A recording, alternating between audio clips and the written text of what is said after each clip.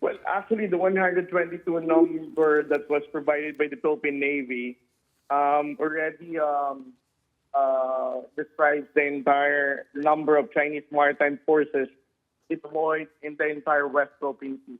So that includes the vessels that are stationed in Bajo de Masinloc, from Pag-asa to Ayungin to Scarborough Shoal. So it's the entire vast area of the West Philippine Sea. Okay.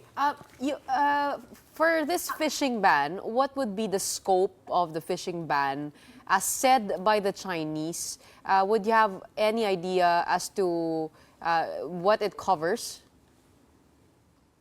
Well, the area that's covered by the fishing ban is the 12 degrees latitude up north. So for the West Philippine Sea, that only covers the Bajo de Masinloc area as our traditional fishing area. It doesn't include the Kalayaan Island group. So those Filipino fishermen that will be affected are those who are only proceeding to Bajo de Masinloc. I understand there were discussions with President Bongbong Marcos on a fishing ban because, as you mentioned, this is a traditional fishing ground as ruled by the arbitral award in 2016. And Justice Carpio also mentioned that we have yet to establish ground rules in Bajo de Masinloc. What would you say about this fishing ban, quote-unquote, implemented by the Chinese? Well, as far as the Filipino fishermen is concerned, I think the statement of the Department of Foreign Affairs and the Bureau of Fisheries and Aquatic Resources is that for our Filipino fishermen, we don't need to recognize such fishing ban announced by the People's Republic of China, because as far as our country is concerned, we have sovereign rights over these waters.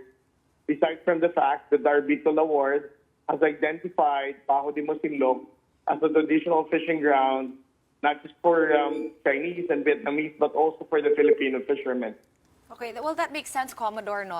Pero was there any specific marching order on what the protocol will be, just in case no, na may mahuling Filipino fisherman, especially as we know na most of the fishing from the Philippine side that happens in that area ay yung maliliit na mga mangingisda lamang? Well, annually naman, no? Merong fishing ban ng People's Republic of China in this area.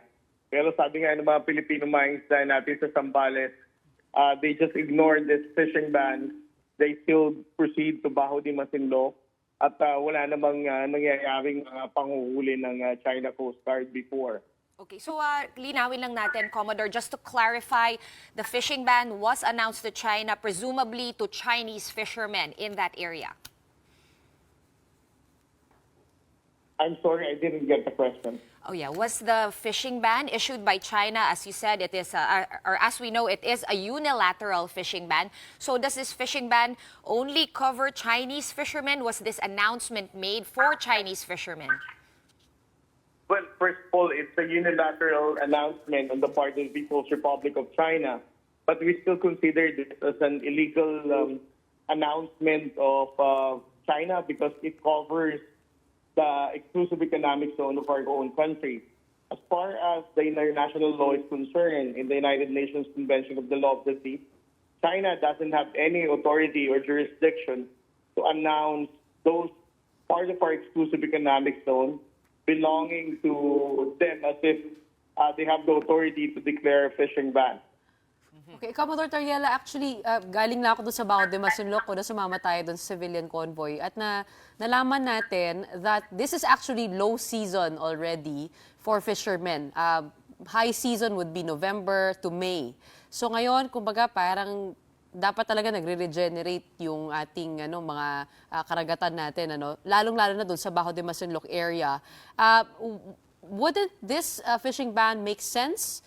Also, the president said that they had reached the point of having coordination on fishing activities despite the unilateral imposition of a fishing ban. Meron na daw coordination with China when there's a fishing ban, so there won't be a sudden fishing ban. Hindi po ba parang nagkakaroon ng usapin tungkol dito na dialogue of what would be best to be able to protect the resources in the area? Well, first of all, Gretch, no, I have to be honest with you. I'm not really sure about the arrangement between our government and with China, if there's any. But I agree with you yung sinabi mo kanina, no? Actually, pagdating naman ng June onwards, wala naman na talagang nangingisda sa Bajo de Masinloc because of the bad sea condition. So, for us, this kind of unilateral declaration of China of this fishing ban is not that material anymore, no? Wala naman talagang Pilipinong pupunta dito. First of all, the only time before Chinese occupied the lagoon of Bajo de Masinloc, mga sinaunang mga Pilipino mangisda nakapangisda provided that they can be able to take shelter inside the lagoon, no? But this time around, as you know, our Filipino fishermen cannot go inside the lagoon. That's why hindi naman na talaga nangangahas pang lumayo to Bajo de Masinloc area ang ating mga mangisda from Zambales. Commodore Tarriela, no, patrols have been increased in the entire West Philippine Sea. Kasama na nga dyan yung Bajo de Masinloc. And na-heighten pa ito after Defense Secretary Guibo Teodoro said na kasama rin yung AFP dito sa implementation ng Comprehensive Archipelagic Defense Concept. But Commodore, what does this entail and ano yung mga challenges na ina-anticipate ng PCG in fulfilling this mandate? Well, mag-focus lang muna tayo sa Bajo de Masinloc, no? At least for you to have an appreciation of how we see Bajo de Masinloc with respect to the fishing ban announced by China.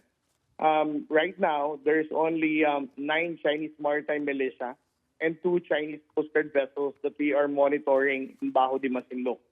Alam ni Ms. Gretchen yan, before they reach as many as 11 Chinese Coast Guard vessels and more than 30 Chinese maritime militia. But this time around, since the last Atin Ito convoy, nagbawas na sila ng Chinese Coast Guard and even Chinese maritime militia.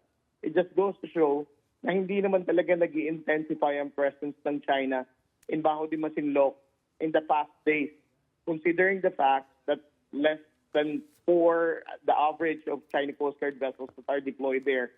Ngayon, 2 na lang. And the Chinese maritime militia that are staying in Bajo de Masinloc is only left to 9 now. So ibig sabihin, it is not correct for us to assume that with respect to the fishing ban and of course the announcement of Secretary Guibo, China is intensifying their maritime forces with respect to Bajo de Masinloc. Okay. So he said, mas kaunting number ng vessels ang meron sila ngayon in Bajo de Masinloc. Okay, ito na lang Commodore, no, since nandito ka na rin. Pwede ba namin matanong kung ano yung plano for June 15? June 15, of course, is yung sinasabing kung kailan daw magsisimula ang China na mag-arrest ng mga trespassers, quote-unquote, dyan sa disputed waters. Have we been preparing for June 15 or is it all status quo as well for now? Well, first of all, no, I would like to respond without saying the operational details, no, that we have already planned out for the Philippine Coast Guard and the Armed Forces of the Philippines in anticipating itong bagong regulation ng China Coast Guard should they really implement this new regulation of detaining those so-called trespassers within their maritime jurisdiction, no. But for us, we think that this kind of new regulation is just an empty threat for the Chinese government. You have to take note na this was mentioned on the day that Ms. Rafaela David has also declared that they had the mission accomplished for the Atin Ito convoy. No, we believe that this new regulation of the Chinese Coast Guard only intends to discourage civil society here in the Philippines and other Southeast Asian countries not to follow the same path that Ms. Rafaela David did with this Atin Ito convoy. So we think that this regulation is not just only intended for the Filipinos to be threatened and to no longer have this kind of convoy. Try to imagine, no, when Atin Ito convoy did their sail to Bajo de Masinloc, the Chinese Coast Guard even have to deploy 10 China Coast Guard vessels and numerous number of Chinese maritime militia. what if more Rafaela David or more Atin Ito convoy will be launched in different parts of Southeast Asia? This will really create a very big problem for China. That's why they need to come up with a new regulation that will discourage this kind of movement within Southeast Asia.